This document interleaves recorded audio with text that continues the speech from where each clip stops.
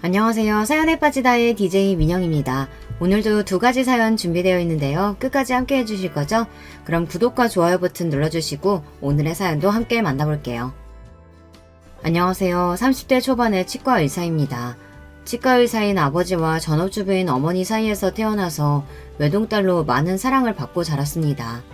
성격이 아빠를 빼닮아서 여자치고는 무뚝뚝하고 사실관계가 명확한 것을 좋아해요. 그래서 지금까지 애매하게 행동하거나 어장관리라고 하며 여러 사람을 걸쳐 만나는 것은 해보지도 않았을 뿐더러 혐오하기까지 하는 사람입니다. 바르고 정직하게 사는 것이 제일이라고 생각해요. 어려서부터 자연스럽게 아빠 같은 의사가 되고 싶어서 정말 열심히 밤을 새워가며 공부를 했어요. 그리고 늘 좋은 성적을 유지하다가 치의대에 합격했습니다. 그리고 졸업하고 국가고시를 패스하고 26살부터 치과 의사 일을 하고 있어요.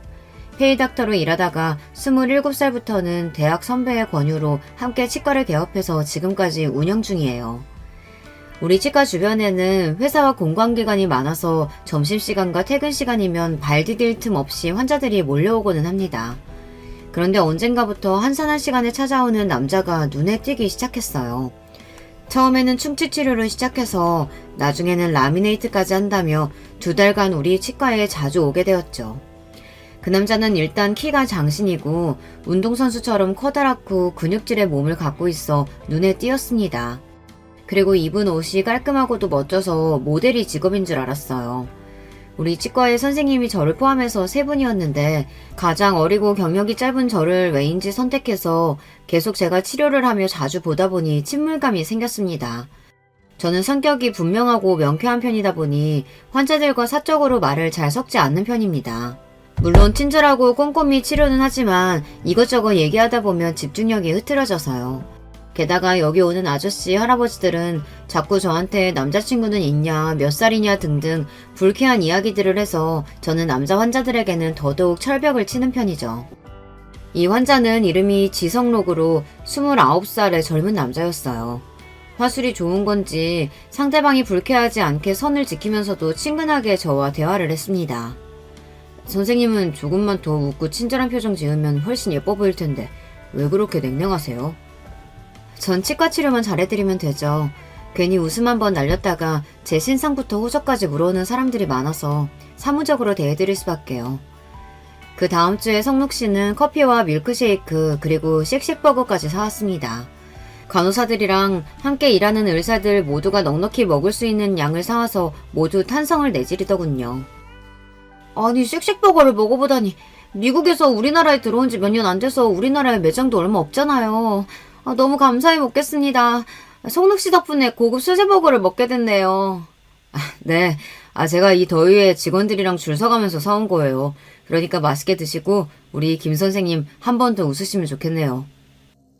저는 그 정도로 유명하고 인기 있는 곳인지 몰랐지만 줄까지 서가며 우리를 위해 샀을 생각을 하니 성록 씨에게 고마운 마음이 들었습니다. 그렇게 성록 씨는 세심하게 배려해주면서 저에게 잘 대해주었어요. 저도 점점 성록 씨가 단순한 치과 환자가 아니라 남자로서 호감이 생기고 이 사람이랑 만나보면 어떨까 하는 궁금함이 생겼어요. 라미네이트 치료가 끝나서 이제 치과에 올 일이 없게 되자 성록 씨는 저에게 정식으로 데이트 신청을 하였습니다. 저보다 1살 많은 잘생기고 배려심 많은 이 남자를 놓치고 싶지 않아 냉큼 승낙했죠. 우리의 첫 데이트를 위해 성록 씨는 자신의 제네시스 자동차를 끌고 우리 집 앞으로 데리러 왔습니다. 하늘색 폴로 남방에 검은색 기지바지를 입고 절 보고 손을 흔드는 그는 참 멋있었습니다.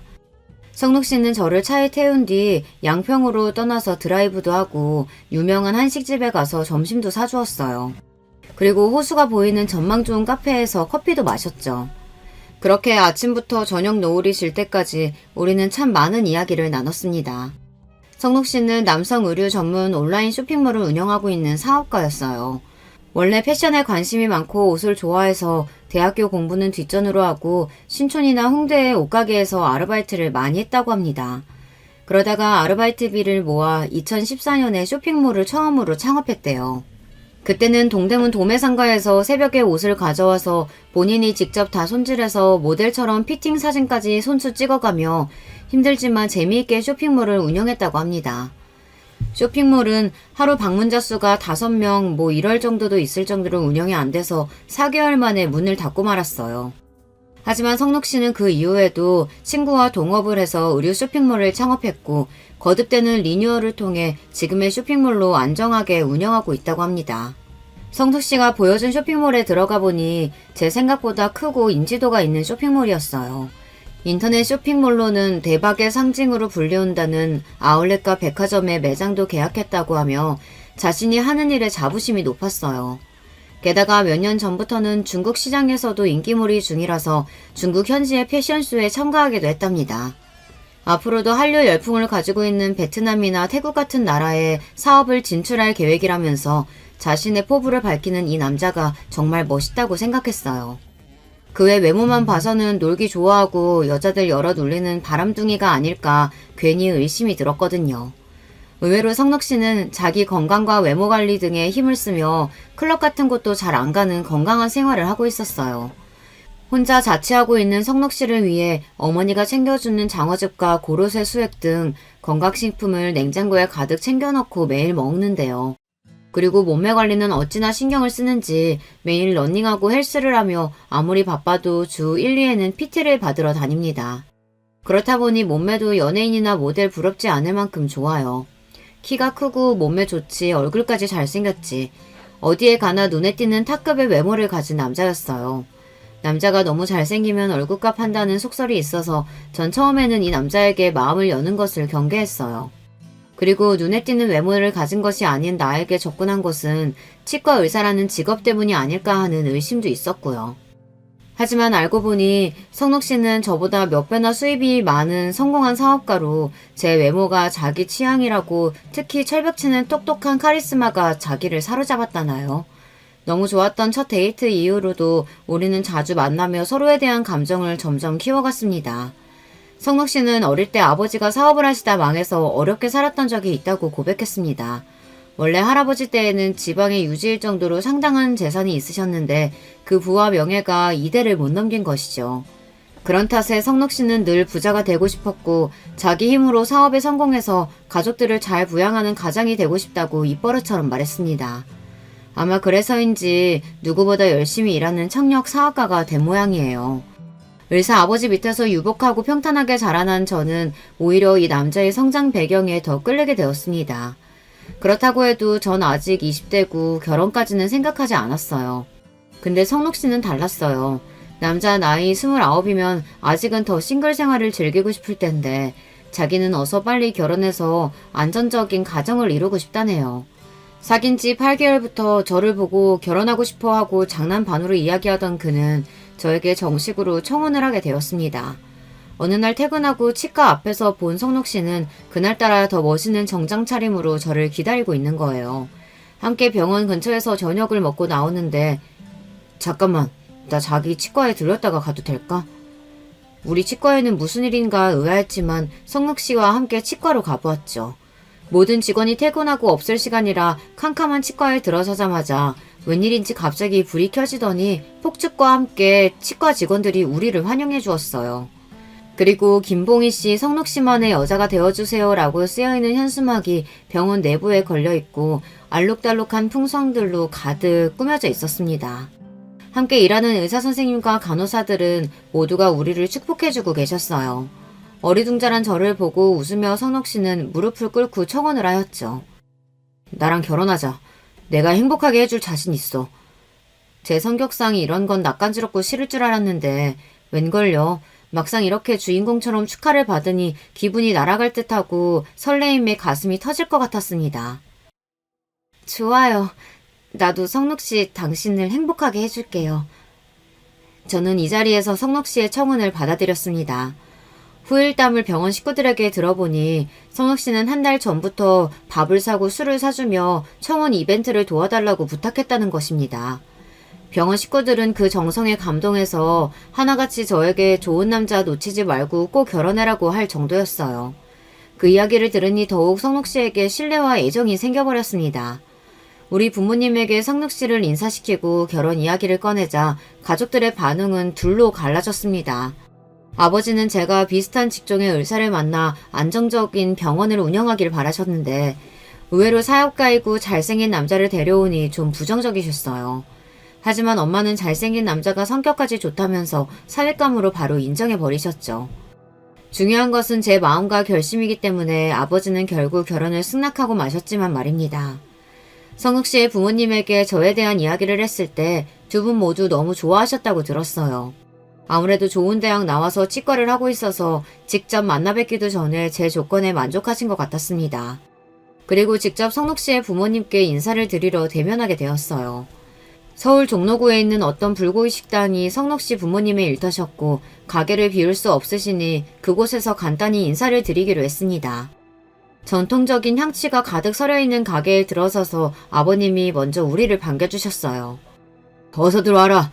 네가 봉이구나. 성록이한테 얘기 많이 들었단다. 우리 식구가 된다니 정말 환영한다. 예비 시부는 저를 보자마자 아주 반가워해 주시며 예뻐해 주셨습니다. 저를 보는 표정과 말씀만 들어도 처음 만난 것 같지 않게 너무 잘해주셨어요. 몇 분 안 되어서 주방에서 예비 시모가 나오셨습니다. 연세는 60대이시고 파마머리에 통통한 몸을 가지신 주변에서 흔히 뵐 수 있는 여성분이셨어요. 성록 씨의 외모가 워낙 뛰어나서 저는 부모님 중 누구를 닮았나 했더니 키가 큰 것은 아버님을 닮았으나 그 두 분 다 평범한 외모셔서 조금 의외였어요. 성욱 씨 어머니는 저를 보고는 잠깐 멈칫하시고 표정이 굳어버리셨습니다. 그리고 천천히 탁자에 다가와서 마지못해 앉으셨어요. 안녕하세요, 어머님. 처음 인사드려요. 김봉이라고 합니다. 김봉이? 이름이 봉이야? 분위기가 조금 이상했습니다. 분명히 성록 씨 얘기로는 예비 시모는 나에 대해 마음에 들어 하신다고 했는데 왠지 지금 저분은 저를 아주 싫어하고 경계하는 표정과 말투를 보였으니까요. 시부모님이 저를 싫어할 만한 이유나 조건은 없어 보였는데 왜 나를 겪어보지도 않고 저렇게 싫어하실까? 결혼해서는 괜찮을까?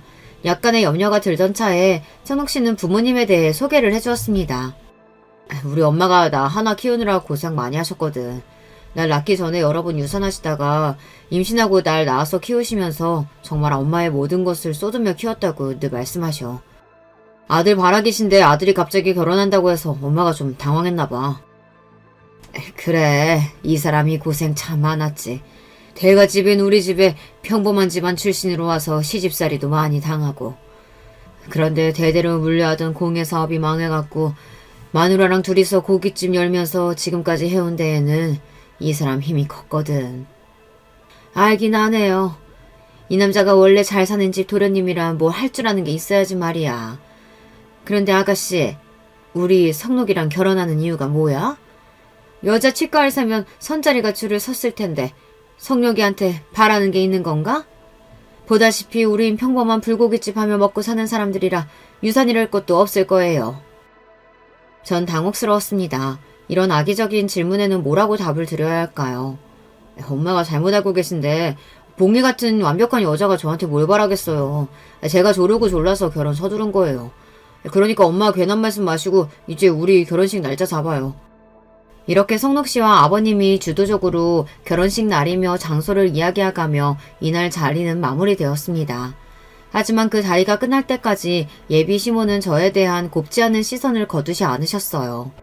예비 시모에 대한 걱정은 있었지만 그래도 우리의 결혼 준비는 아무 탈 없이 순식간에 진행되었습니다.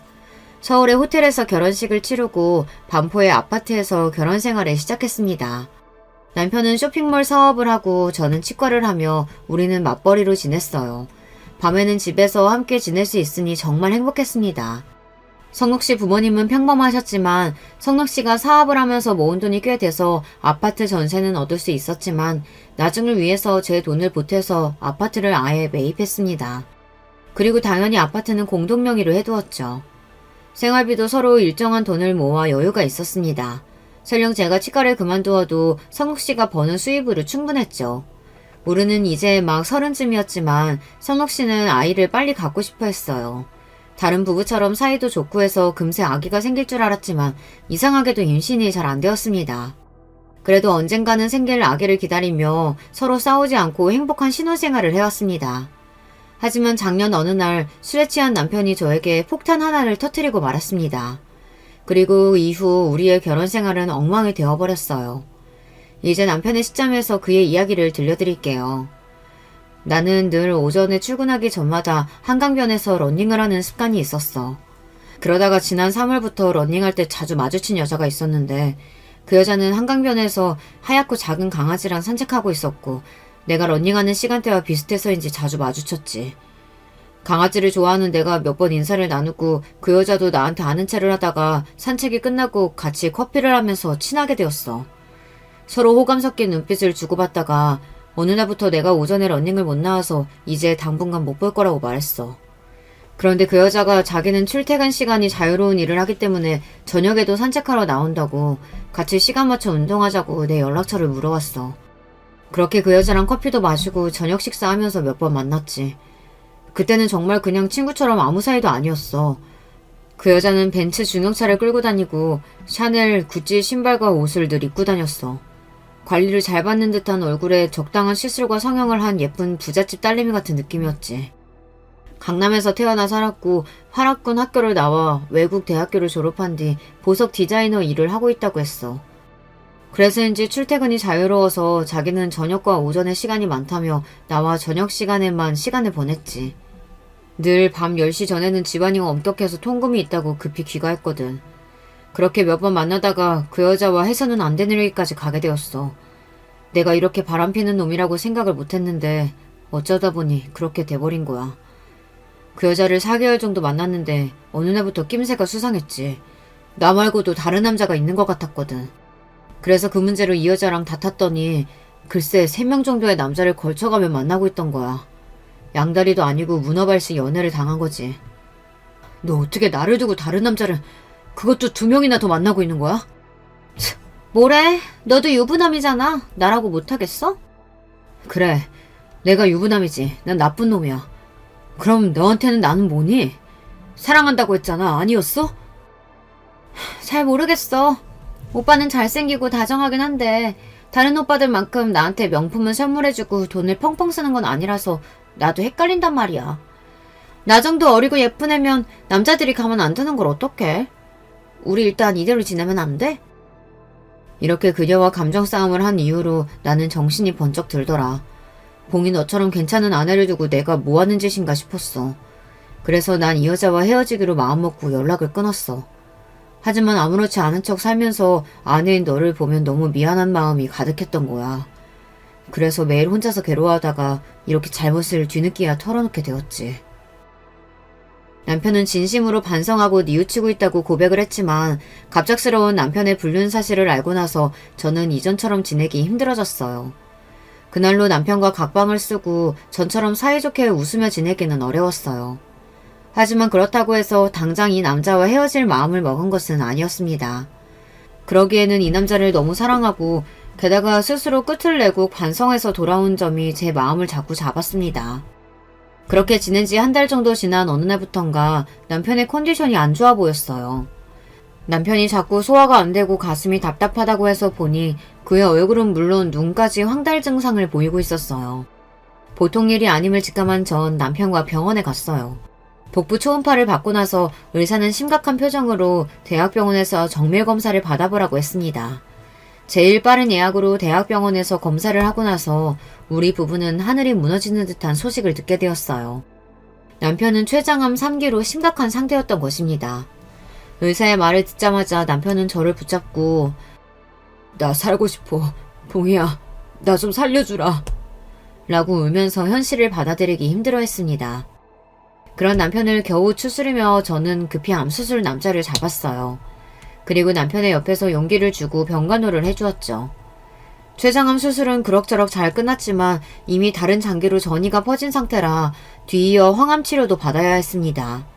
건강하고 믿음직스럽던 남편은 이제 저만 의지하고 있었고 저는 그런 남편의 옆에서 극진히 간호를 해주었습니다. 남편은 주변 사람들에게도 자신의 병을 알리지 못하게 했어요. 엄마고 아빠고 친구들이 내 소식 듣고 나를 바라보는 표정을 도저히 감당할 수 없어. 그들이 나를 불쌍하게 보는 연민, 걱정하는 말투.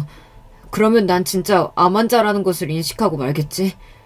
난 당신 의지하면서 겨우 하루하루 암 환자가 아닌 척 버티고 있다고.